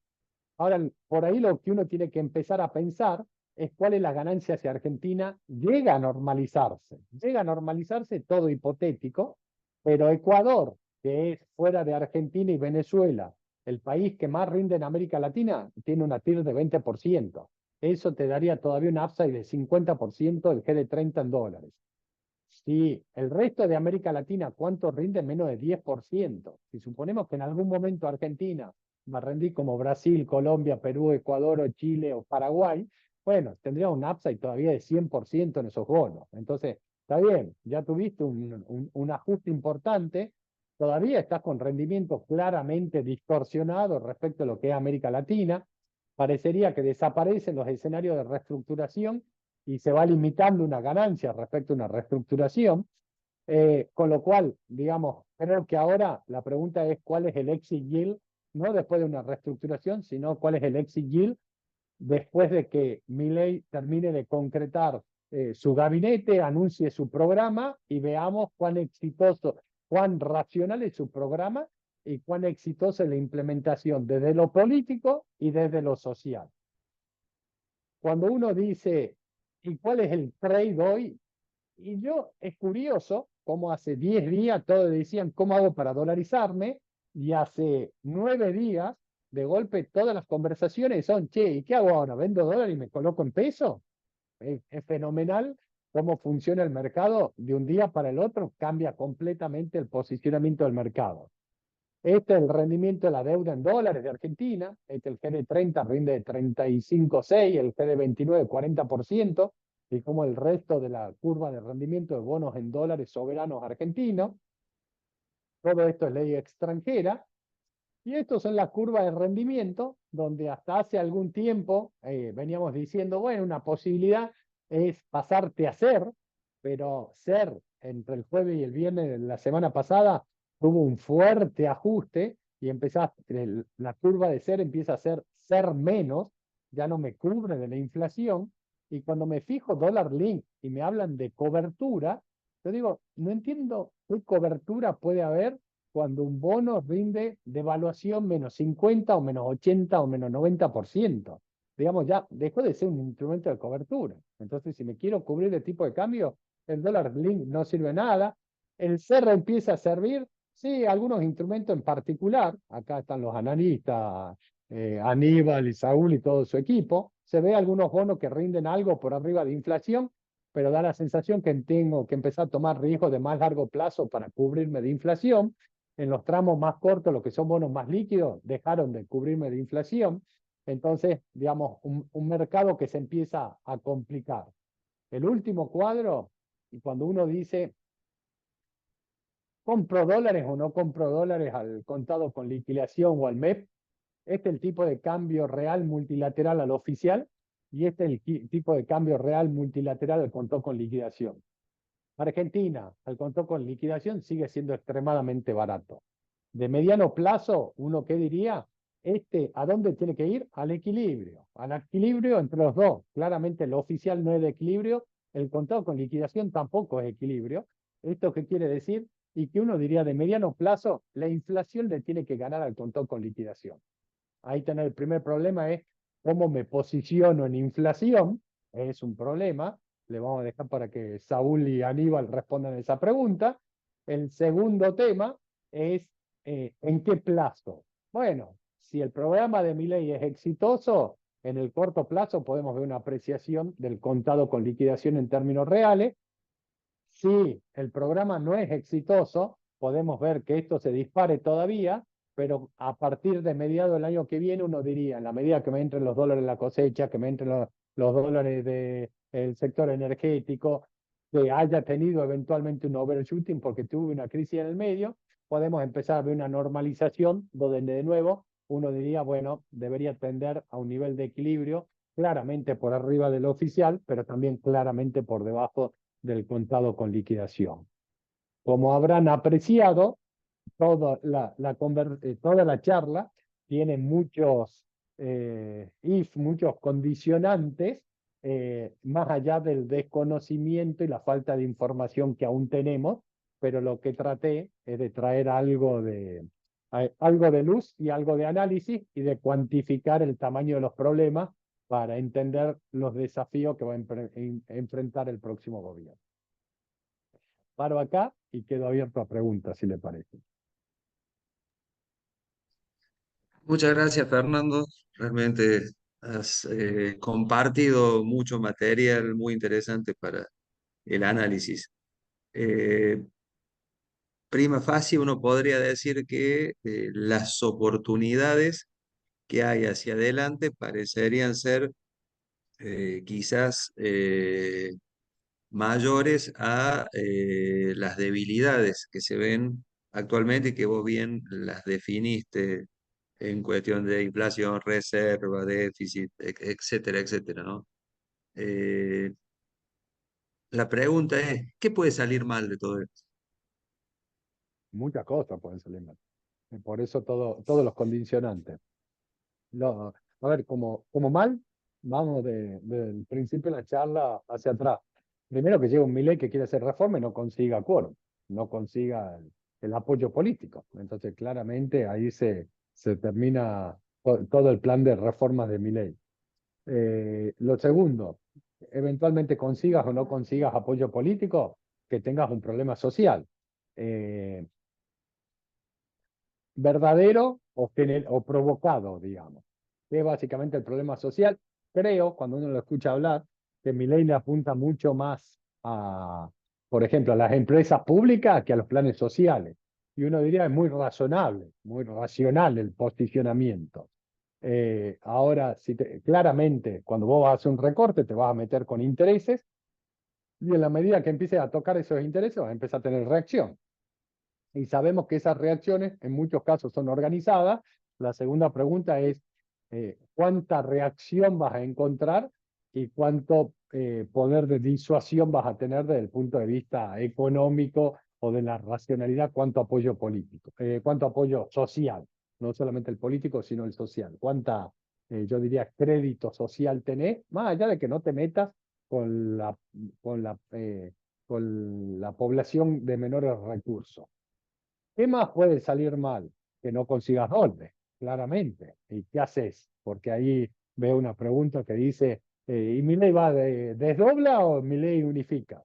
Creo que claramente mi ley querría unificar. Ahora de nuevo, unificar con 30.000 millones de dólares de importaciones que acumulaste los últimos 2 años y no podés unificar. Entonces, que el mercado sea único y libre, no puede ser libre porque yo no le puedo permitir que vengan todos los importadores y se me metan por la ventanilla de importaciones. no puedo permitirlo porque no tengo dólares, digamos, por un problema de restricción presupuestaria, no porque sea malo.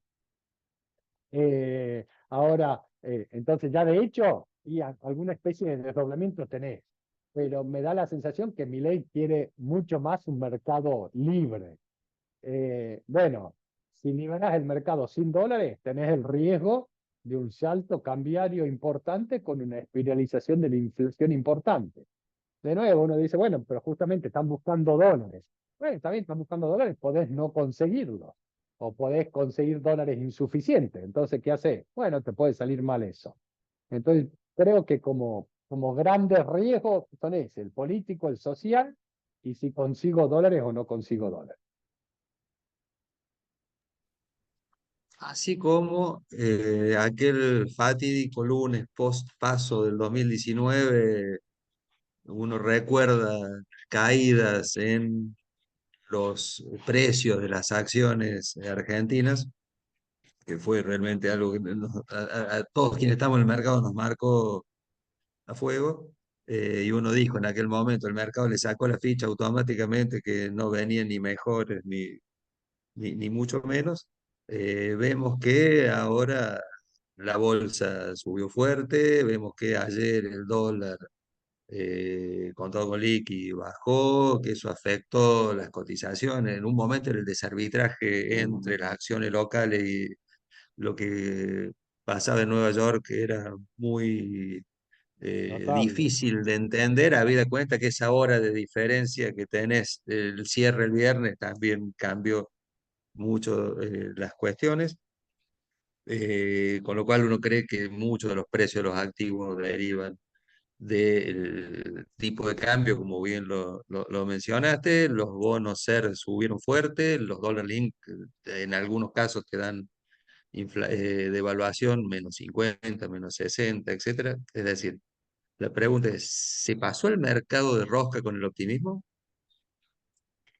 A ver, hay algo que venimos planteando mes a mes acá, ¿no? Que era Argentina, una de las fortalezas que hoy no la puse, Argentina está tirado de barato. Entonces, Argentina tirado de barato, ¿y cuál es el gran problema de la crisis argentina? El gran problema de la crisis argentina es la crisis de confianza. Bueno, creo que con precios tirados de barato y de golpe viene un presidente que te dice, te voy a cumplir a rajatabla los compromisos asumidos y te voy a proteger el derecho de propiedad. Bueno, creo que un giro copernicano en respecto de la expectativa. Si uno dice el precio es la tasa de retorno ajustada por riesgo y de golpe le damos alguna posibilidad a que sea cierto que me va a cumplir a rajatabla los compromisos y que me va a bajar fuerte, que me va a proteger el derecho de propiedad, me está bajando el riesgo. Cada uno lo ponderará como quiera, pero esa baja del riesgo, bueno, está claro que esa baja del riesgo te tiene que impactar en precio. Y es lo que estamos viendo, creo que con un portafolio en Argentina claramente underweight, digamos, nadie tenía una posición en Argentina. Entonces creo que la combinación de tasas de retorno extraordinarias con el cambio de discurso empieza a generar atractivo. ¿Se pasó de rosca? A ver, yo traté de mostrarlo. Primero, si uno ve acciones y bonos, uno diría siempre son más atractivos los bonos que las acciones. Creo que ahí hay que hacer una limpieza, porque dentro del índice de acciones pondera mucho las energéticas, aumentó la ponderación de energética, y uno no puede pensar que una empresa energética hoy sea la misma energética del 2017 por el desarrollo de Vaca Muerta, por el gasoducto, por un montón de cosas. No podemos decir no sé, el precio de Pampa hoy ya está al nivel de 2017, no tiene RAM. Sí, a ver, el mercado energético argentino es completamente distinto. Entonces, más allá de los técnicos y el análisis que uno puede hacer. Lo segundo, respecto a los bonos, y si uno compara el precio el rendimiento de un bono con América Latina, sí, estamos mucho mejor que Venezuela ahora, pero estamos rindiendo 80% más que Ecuador, que el siguiente alumno de la clase, y rendimos 5 veces lo que rinde Brasil, Colombia, Perú, Paraguay, Chile. Bueno, a ver, por eso creo, si uno dice, se pasó de rosca, primero, como una expresión de deseo, diría, ojalá que no, porque el ojalá que no quiere decir, bueno, nos puede ir bien. desde el punto de vista más racional, se pasó de rosca o no, y va a depender si se materializan los riesgos que me preguntaste en la pregunta anterior, Saúl, o no. Si Milei tiene logra tener un programa, yo te diría, relativamente exitoso, los precios de Argentina siguen siendo muy baratos.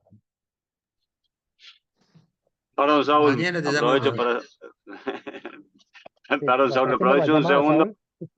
Eh, Perdón, Aníbal, Sí, Aníbal, perdón. dale, se después, escucha. después lo dejo, Saúl, que te da mejor. Simplemente aprovecho porque estoy en ruta y justo tengo buena señal. Primero para agradecerte a vos y a todos los asistentes por acompañarnos, porque sé que no es fácil dar opiniones y como siempre lo haces, concretas y tomando una posición más allá de marcar los límites, porque son tiempos muy inciertos.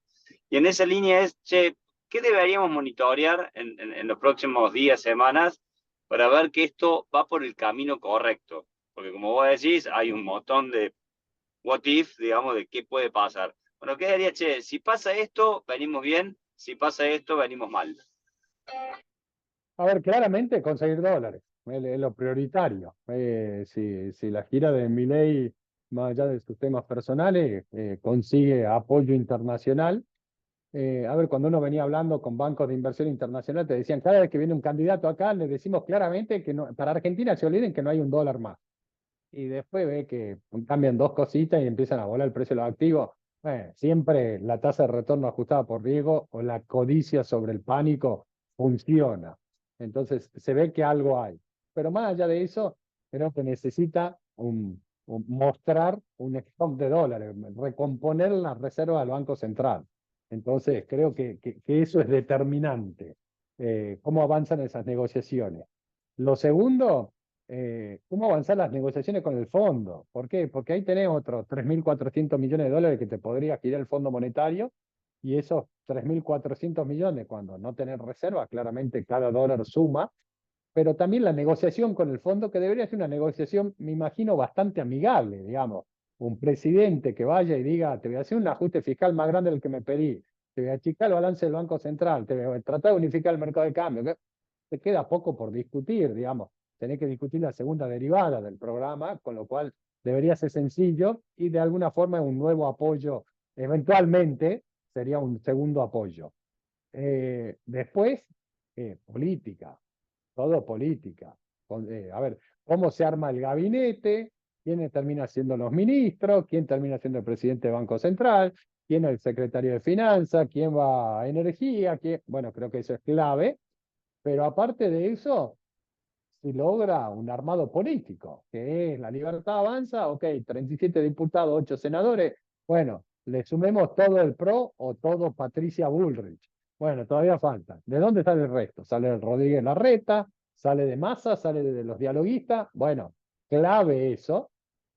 Y después lo otro que yo le pondría un ojo, y relacionado con el tema social, es eh, no sé si la palabra es descalabro, pero este fuerte ajuste de precios relativos que estamos viendo a partir de que Massa se volvió un pato rengo, como se dice en la jerga, y su poder de convencimiento para controlar los precios parece haberse diluido y estamos viendo fuerte ajuste en la economía y eso te va a impactar en el tema social. Entonces creo que ahí de nuevo esa contención social definitivamente es necesaria.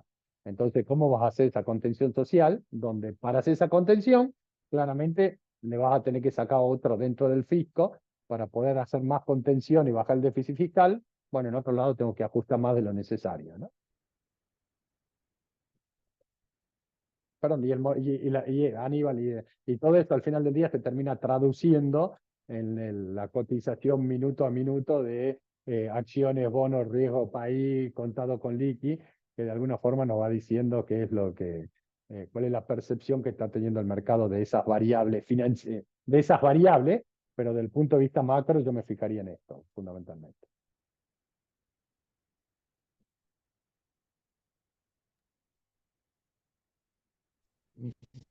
No, no sé si está a nivel ahí, pero ya como para, atento a la hora y demás, como para ir cerrando, simplemente te llevo por un segundo a lo que es el mercado externo, donde vemos la tasa larga bajando, producto de todo un proceso de desinflación y la economía que se va ajustando y demás, la bolsa subiendo, el dólar en el mundo bajando, commodities, los industriales, por ejemplo, subiendo, el petróleo, bueno, tiene alguna cuestión particular. ¿Crees que ese entorno amigable le va a jugar a favor a la Argentina en este proceso? A ver, yo siempre vengo planteando que en realidad son mucho más los desequilibrios y los problemas argentinos que el condicionante externo. Eh, a ver, si uno piensa estrictamente, uno dice, bueno, que la tasa sea alta, aunque venga bajando, le complica mercados emergentes, el mundo desacelerando complica mercados emergentes, que el dólar se esté debilitando te ayuda a que suba un poco el precio de las materias primas. Mi proyección es que entre baja de desaceleración económica y depreciación del dólar se van a mantener más o menos en estos niveles las materias primas.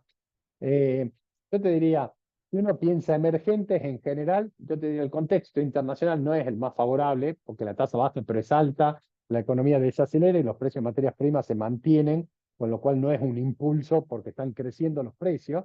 Si se mantienen en el mismo nivel, el impulso es cero. Yo te diría, el contexto internacional no es favorable, no es un viento de cola, no es algo que te genere un impulso adicional en ese sentido.